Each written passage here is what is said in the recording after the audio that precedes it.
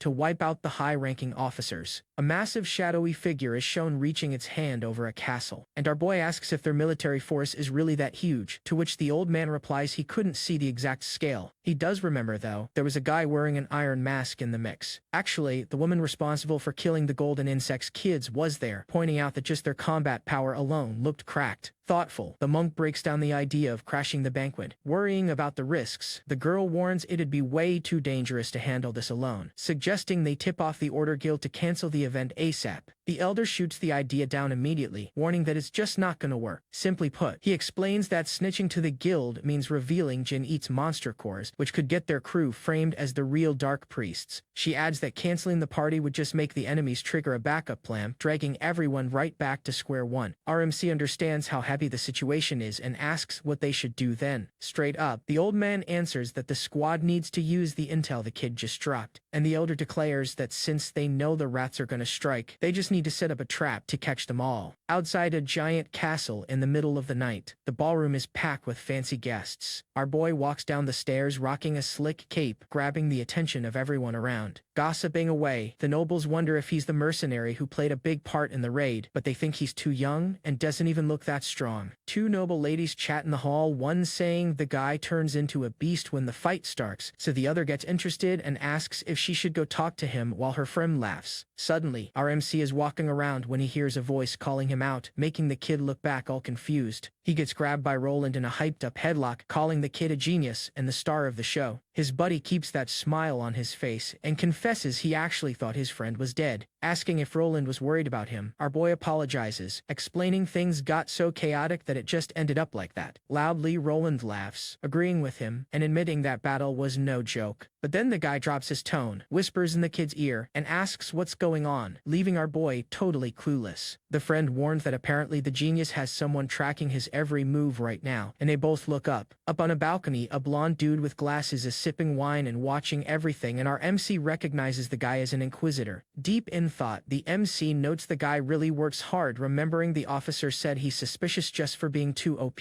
Roland mentions that the folks who didn't even join the raid are pretty down and apologizes on behalf of the Order Guild. Then he asks our MC not to get too bummed out about the whole thing, and he makes it clear that the fact the kid fought for a ton of people doesn't change at all. Feeling grateful, our boy thanks his friend for the words just as the door opens and a bell rings in the hall. A loud voice announces the Archbishop just arrived, grabbing both of their attention. Two men are seen walking down a massive staircase into the ballroom. It's Archbishop Conrad. Guests greet the religious leader, and he asks if everyone is enjoying the banquet. Smiling, the old man explains the party is for all of them, so he'd be super grateful if they just had a blast. Out of nowhere, our hero glances over and spots the monk standing right behind him. The elder stays quiet, keeping a dead serious look on his face. Our MC notices the party vibes hit their peak, realizes this is the signal, and decides he needs to get ready right now. Outside the castle at night, shadowy figures surround the area. Without missing a beat, the hooded invaders rush in fast and leap toward the event venue. A guard sprints into the hall, panicking, warning the Archbishop they've got a huge problem. Confused, the religious leader asks what the guy means by that, and the soldier stutters, clueless on how to explain it right. But then the knight screams that a massive swarm of abominations just spawned at the city's north entrance. Shot by the news, the old man goes wide-eyed and completely freezes up. The wooden castle door takes several violent hits from the outside, and that's where it gets crazy. The defense snaps, and a horde of bizarre monsters floods the place all at once. Frantic, the folks in the hall start panicking, and a terrified man screams, asking if the abominations breached the venue. Instantly, our MC turns his head with a dead serious look and locks onto the chaos. In a flashback to the mission prep, the girl warns at the table that no matter how big the sneak attack is, the enemies couldn't possibly fight all the knights at the banquet. He explains to our boy that in this case the invaders only have one play, which is sparking a riot in some city district. The old man adds this will force the troops to split up, creating the perfect window to strike the ballroom. Desperately, the Archbishop yells, ordering the guards to do whatever it takes to stop the monsters, even if they have to pull troops out of there. From the memory, the elder warns that stopping this is the most crucial part, and our boy agrees, but points out he has zero authority to boss around soldiers at the leader's party. The girl takes a sip of tea, asks how they'll fix the problem, and calmly claims she'll handle it herself. Rocking a sharp look, she decides to act before the warriors get overwhelmed by the sheer number of enemies. A castle tower at night is shown with a bright flash of fire lighting up the balcony. A voice warns that the crew just needs to blow at the ballroom first. It's a massive explosion that wrecks part of the castle, throwing debris everywhere. Inside, the ceiling collapses all of a sudden and a man screams in pure terror. Amidst the panic, a woman asks if the enemies are already here, and a knight immediately orders the squad to protect the officers. A hooded figure pops up on the roof right then, celebrating the plan's success. Our MC notes with relief that the guards didn't ditch their defense posts. 3 invaders are seen jumping across the city rooftops at night, but the trio suddenly stops, looking confused at the explosion over at the castle. Then, the big guy in the mask asks if that strike was part of their plan. With a smirk on her face, the witch pieces it together and asks in shock if the targets caught wind of the raid. Our MC tightens his grip on the sword hilt. Swiftly, he draws his weapon right in the middle of the hall. Boiling with rage, the kid announces it's time to catch the rats. From the rooftop, the invader trio watches the burning castle in the distance. The witch figures the targets were expecting the ambush, and her partner questions if they have a rat among them. He warns that either way, the op is a bust right here, ordering the squad to fall back and plot their next move. Frustrated, the sidekick yells he was finally hyped for a brawl after so long, complaining it sucks for it to end like this. But suddenly, Right gets spooked and looks back after noticing a fast movement. Flexing sharp reflexes, the villain uses his own chain to block a dagger flying right at him. Our MC is seen wall jumping up the alley with everything he's got to reach the enemies up top. Suddenly, our MC leaps onto the roof, sword in hand, jump scaring the blindfolded dude. He lands right in front of the trio, and the big masked guy mentions there's a saying. However, our boy finishes his sentence saying it's easy to break in, but hard to get out. The woman recognizes the MC from the Golden Insects Kids incident and tells everyone to hold up a sec. Annoyed, the chick asks if the kid was the one who leaked their plan. Out of nowhere, the monk crashes in and lands a heavy blow on the blindfolded guy. The impact sends the villain flying in the middle of an energy explosion. The elder speaks up, saying it's been a hot minute since he saw Vikram. Instantly, the masked man recognizes him. Looking at his standing ally, our boy asks in total confusion about what he just heard. The invader trio chills on the roof, watching the castle from afar. He asks if his ally knows that dude, and the blindfolded monk confirms the two share a terrible connection. Calmly, the old man explains the guy is a warrior of Vritra. The enemy is actually his disciple. Chuckling mockingly, the villain asks if the old man still lives in those pathetic memories. He grips his own clothes tight, stating that whether it's in the past or in the present, while tossing his cape away with a quick toss. The big guy claims his master always knows exactly how to piss people off. The kid notices that's the mind's eye Bo used, mentioning he didn't catch it at first, but now he can feel the technique's mana. Screaming, the monk calls out our MC's name in the middle of the mess. Promptly, the elder tells the kid he's leaving the other two enemies in his hand. The masked villain charges full speed at the old man, who braces for impact. He throws a fire-coated punch, but the old man blocks the strike on the spot. The clash of their hits triggers a massive energy explosion that scatters debris everywhere. Hyped up, the chain guy yells that this was exactly what he wanted, while the woman says she's gonna test the duo's skills. With a sharp glare, the hooded chick gets ready to make her move. Suddenly, the enemy's hands mutate into some seriously sharp, monstrous claws, and in a flash, the villain turns into a giant black beast, lunging into the attack alongside her partner. Floating midair, our boy analyzes their shifting skill and insane strength, admitting he'd be panicking if he bumped into them with zero prep. Our MC notes everything is fine now, since he scoped out their skills through Enoch's memories. But the kid remembers there's still one hiccup in all this. It cuts to the guy with glasses, and the young hero mutters about the heresy inquisitor. Instantly, our boy jumps off the wall to dodge a giant mace, thinking he can't pop his monster core powers for this brawl. A heavy impact drops an energy blast, and the hero admits that's definitely a handicap. The swordsman swats away the heavy weapon with his blade, leaving the enemy totally shocked by his guard. Thrilled, the blindfolded blonde dude laughs out loud at the situation, and right after that, the villain yells that there's a catch. Out of nowhere, the Black Panther goes all out for an attack. The beast tries to tag the target, warning that the kid won't dodge the strike even if he reads the rush. He acknowledges this setup could be super problematic. Flashing a smirk, the kid actually gets hyped about the moment. Our hero looks up, remembering this vibe is exactly like when he was stuck in a nightmare 12 years ago. With his eyes glowing red, our boy claims a little extra training weight is actually better. Seriously, the warrior admits with a sinister smile that it's been a while since he felt like throwing down for real. A massive slam hits the ground, kicking up tons of dust and debris. The clash of their hits sets off a massive explosion. Calm, the elder notices his rival still pushes his body past its limits, pointing out his obsession with chasing new tricks instead of using what he learned hasn't changed. Getting pissed off, the villain snaps back that his master is just way too old school, but the old man catches the punch up close and fires back that it's not stubbornness. The masked big guy throws a heavy elbow and screams at the old man that it's called individuality. It triggers a giant shockwave that blasts the monk away on the spot. Slowly, the elder slides across the rooftops, trying to regain his balance after the hit. With a serious look, the old man repeats the word individuality and confesses he wanted to support his rival's path. The old guy explains, a new path is always rough, but warns that sometimes it can spark miracles. Facing the big guy, the master points out the only problem in all of this is that his impatience and excessive greed ended up staining that individuality. Under the moonlight, the elder tells the enemy straight up that dirty tricks built on lies will crumble sooner or later. Suddenly, a golden symbol starts glowing in the air, and the monk tells his disciple to listen up. And, in the blink of an eye, a bunch of other glowing magic symbols pop up around them to ready the next strike. The elder raises his hand surrounded by symbols and announces this will be his final lesson for his disciple, activating the all-seeing mind's eye technique. Surprised, the masked giant clocks the skill and mentions that's only possible after hitting the highest cultivation realm. Admitting his master earned the right to act all high and mighty, the villain gets hyped seeing the old man got way stronger since they last crossed paths. Yet the guy face palms and claps back that this is exactly why the old man is trash. A massive fire vortex spawns with a symbol in the center, and the enemy claims that unlike what the monk said in that world, and no one saw that coming. The elder gets spooked, totally tense about the setup. Tragically, the old man falls back defeated while his rival finishes the sentence, revealing a perfect lie becomes the truth when using the exact same mind's eye technique. With a mocking smile on his face, the masked man stares down his fallen master. Stunned, the old man sweats bullets and frantically questions how his disciple can use that OP